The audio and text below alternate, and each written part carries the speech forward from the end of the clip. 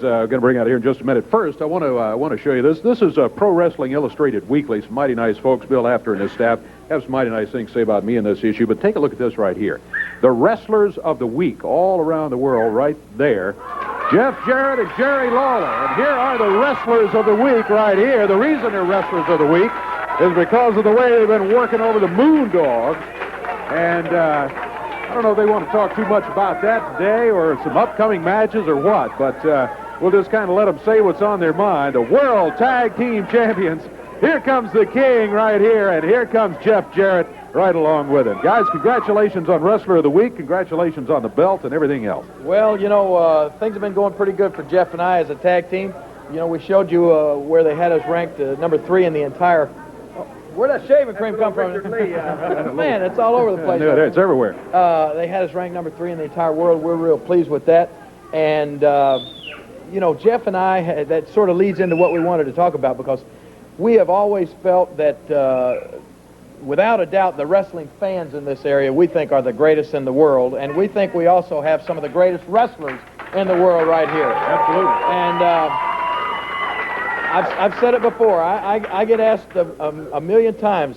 A lot of the fans, when they see wrestling on cable or they see wrestling associated with New York, for some reason they always think that's the big time. And I've had a million wrestling fans come up to me and say, well, King, when are you going to go to the big time? When are you going to wrestle in the big time? You know, and that sort of thing. And I always tell them, hey, this is the big time as far as I'm concerned, and these are the big time fans, and you people out there that are watching are big time. And Jeff went down a couple of weeks ago. I'll let you tell him about the challenging the big time, right, Jeff? Well, yeah, that's right. Well, so-called big time. You know, for some people they do know, and some people don't. A couple of weeks ago, I came out, Dave, and you're the first one to know, I guess you could say. I said that I was going to go down to the Pyramid. The WWF have matches right here in Memphis. I think it was back on August 9th. And I said I was going to go down there and buy a ticket, which I did. Sat about the 3rd row. And as the matches went on, I decided I was going to go up and let the WWF realize that the USWA did exist. And this was our town. So I got up in the ring, and I issued a little challenge to Randy Savage. He's the WWF World Champion. He wasn't there. But the Intercontinental Heavyweight Champion, Bret Hart, was there that night. And I issued a challenge to him that if he comes into Memphis, the WWF comes into Memphis, and they act like the USWA doesn't even exist. Well, I issued a challenge, and they said if he's a true champion, and if he's just going to be a company champion, he'd ignore it. But I issued a challenge to put his title on the line, and we can have a match anywhere. And I guess much to my surprise, he said that he's going over to England to defend his belt, and if he got back with the title, that he sure would give me a shot right here in Memphis. And it's a pretty big surprise to me. That's true, but that's great. And you know... Since then, that was back August 9th. Since then, I hadn't heard a word out of Bret Hart, the WWF, any of their officials, or anything like that. Well, we have some videotape, and I don't know if you guys know about this or not. Yeah, but, do you? We understand that the challenge obviously opened a lot of eyes up there, and I'm sure Bret Hart said what he had to say there in front of the WWF crowd that night. I don't know how tickled he would be to come back here and actually wrestle, Jeff. But I understand now that somebody that I'm real familiar with and everybody out here is real familiar with that thinks he's in the big time now, the mouth of the South, Jimmy Hart, heard about this challenge. And I understand that he has sent a tape in here, and I haven't seen what's on it, but I'd like to hear what Jimmy Hart has to say about this. Let's all listen and watch together right here. Surprise, surprise! I guess you can never say never, right, baby? Hey, you know what? A good friend of mine, Arsenio Hall, he has a little saying that goes something like this. The things that make you want to go, Well, you know what makes the mouth of the South, Jimmy Hart, want to go, I'll tell you what it is. A little bird told me that a few weeks back, man, when the World Wrestling Federation was in town down at the Pyramid, little Jeffrey Jarrett, a wrestler with the USWA, bought himself a ringside ticket, crawled up in the ring and got the microphone and challenged one of our superstars, Bret the Hitman Hart. He felt like he could go head-to-head with the superstars of the WWF, including Bret the Hitman Hart. Jeffrey, are you kidding me, man? Oh, man, you gotta be dreaming! Then also, little bird told me that Jeffrey Jarrett, along with his tag team partner, and I know this guy very, very well, Jerry the King Lawler, will rank number 3 in the world by some local wrestling magazine. Now, if you're ranked number 3 in the world, man, there's only one way you got that ranking. Probably old Eddie Martin, the promoter down there, reached into his back pocket, pulled out that old billfold of his, blew off the old dust on top of it, opened it up, got those cobwebs away from those old $1 bills and pulled it out and probably paid somebody to have that ranking put in there. Jerry Lawler, Jeffrey Jarrett, on your best day, baby, you couldn't beat anybody in the World Wrestling Federation. Who knows Memphis, Tennessee, and you two guys better than Jimmy Hart? I lived in Memphis over 25 years of my life. I went to Treadwell High School. I formed a group there called the Gentrys, and by the way, we cut a million-seller record called Keep On Dancing. We're the ones that knocked the Beatles off the charts. Every Monday night for 5 years.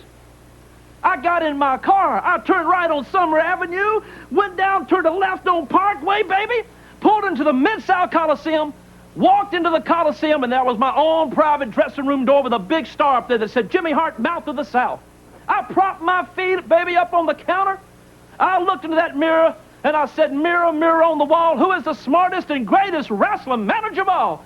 And it always said the same thing. You are, Jimmy Hart.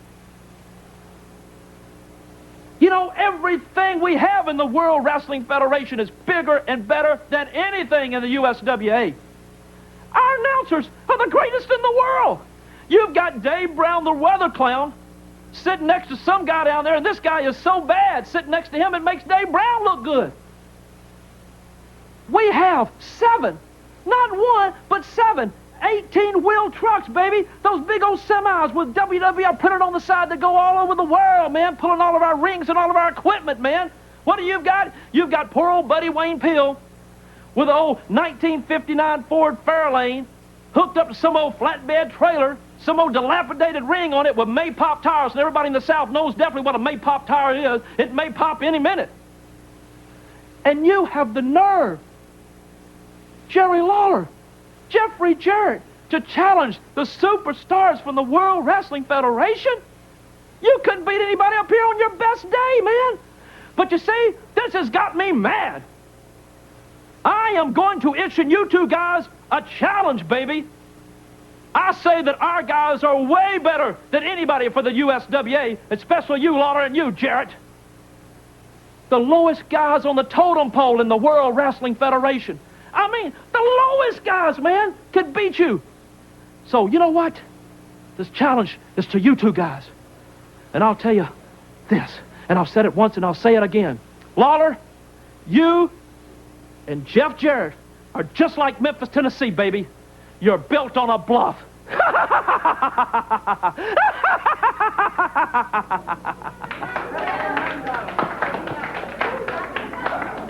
Well, you know, I heard somebody over here say he's telling the truth. Well, let me tell you something about Jimmy Hart. He's sitting there with a big smile on his face, and he's happy as he can be. And yeah, he's in the WWF. He's making a lot of money right now. Trying to make a lot of jokes. Yeah, and Jimmy Hart, you're right. WWF, they got big ring trucks. Like you said, they got big 18-wheelers that haul their ring and all their equipment to all of the towns around the United States, and they go first class all the way. And I'm going to say this, Jimmy Hart. It would probably be a big joke. It would probably be a big joke to Jimmy Hart to see, well, just like I can remember wrestling one time, I think it was Caruthersville, Missouri, and I'll be perfectly honest with you. I saw a man drive up to our wrestling matches. They were held in a National Guard armory, and he actually came on a tractor. And Jimmy Hart, I'm sure you and everybody at the WWF, you'd have got a big laugh over that, wouldn't you? Well, I'm going to tell you something. It almost made me cry, Jimmy Hart, to see a guy that thought enough to come to see me and Jeff that he would come out of his fields, the only way that he's got to make money, that he would come out of his fields to come to see us wrestle. And I'm not ashamed of it one bit that we're here in the USWA, and I'm not ashamed of the fact that we take our wrestling, that's right, in our ring, in the back of a pickup truck. You're right. to towns like Caruthersville or Kennett or Tupelo, Mississippi, or anywhere in Arkansas or Tennessee or Kentucky. I'm not ashamed of that fact, Jimmy Hart. As a matter of fact, I'm damn proud of this place, and I'm proud of all of these people right here. You understand that, punk? Now you start talking about us, and you're going to get me hot, and I want you to understand that. Now I'm going to tell you right now, I taught you, Jimmy Hart. You want to talk about history? You're right. You went to Treadwell High School. I went to Treadwell High School. And I'm going to tell you something else. I still remember the day that I went over here on Lamar Avenue at the Levy Lounge, and you and the rest of your little gentries were singing for $150 a week at the Levy Lounge, and I felt sorry for you, Jimmy Hart. And I gave you a job carrying my suitcase into the Mid-South Coliseum on Monday nights. And you want to talk about that star over the dressing room door? Well, you would still be at the Levy Lounge on Lamar Avenue if it wasn't for Jerry the King Lawler, and don't ever forget it, punk. Now, I'm going to tell you something else. You want to issue a challenge to me and Jeff Jarrett? Well, we're more than glad to accept it, because I'm going to tell you something. I'll take on anybody in the WWF, as I have before. I'll take on anybody in the NWA, the WCW. I don't care where they are. The bigger they are, the harder they fall. So, Jimmy Hart, bring your WWF in here, because Jeff and I are ready for him. Is that right? Are we ready for him? Let me interrupt you just a minute. I don't want you or the fans to think that this is the WWF versus the USWA. It's not. I understand. What about what he just said, Eddie? That's Making Jimmy a big Hart. pack of lies wait about just a second. That is Jimmy Hart. And I know what you think of Jimmy Hart, and I feel the same way. But I have no beef with the WWF, Vince McMahon, or any of his staff. It's a fine organization. And they got some great talent. Now, wait a minute. They got some great talent there. And a lot of them started right here, just like Jimmy Hart did. And our open door policy, we welcome any of the talent to come in here and issue a challenge or wrestle. Now, this beef is Jimmy Hart. It's not the WWF versus USWA. As far as I'm concerned, you're right.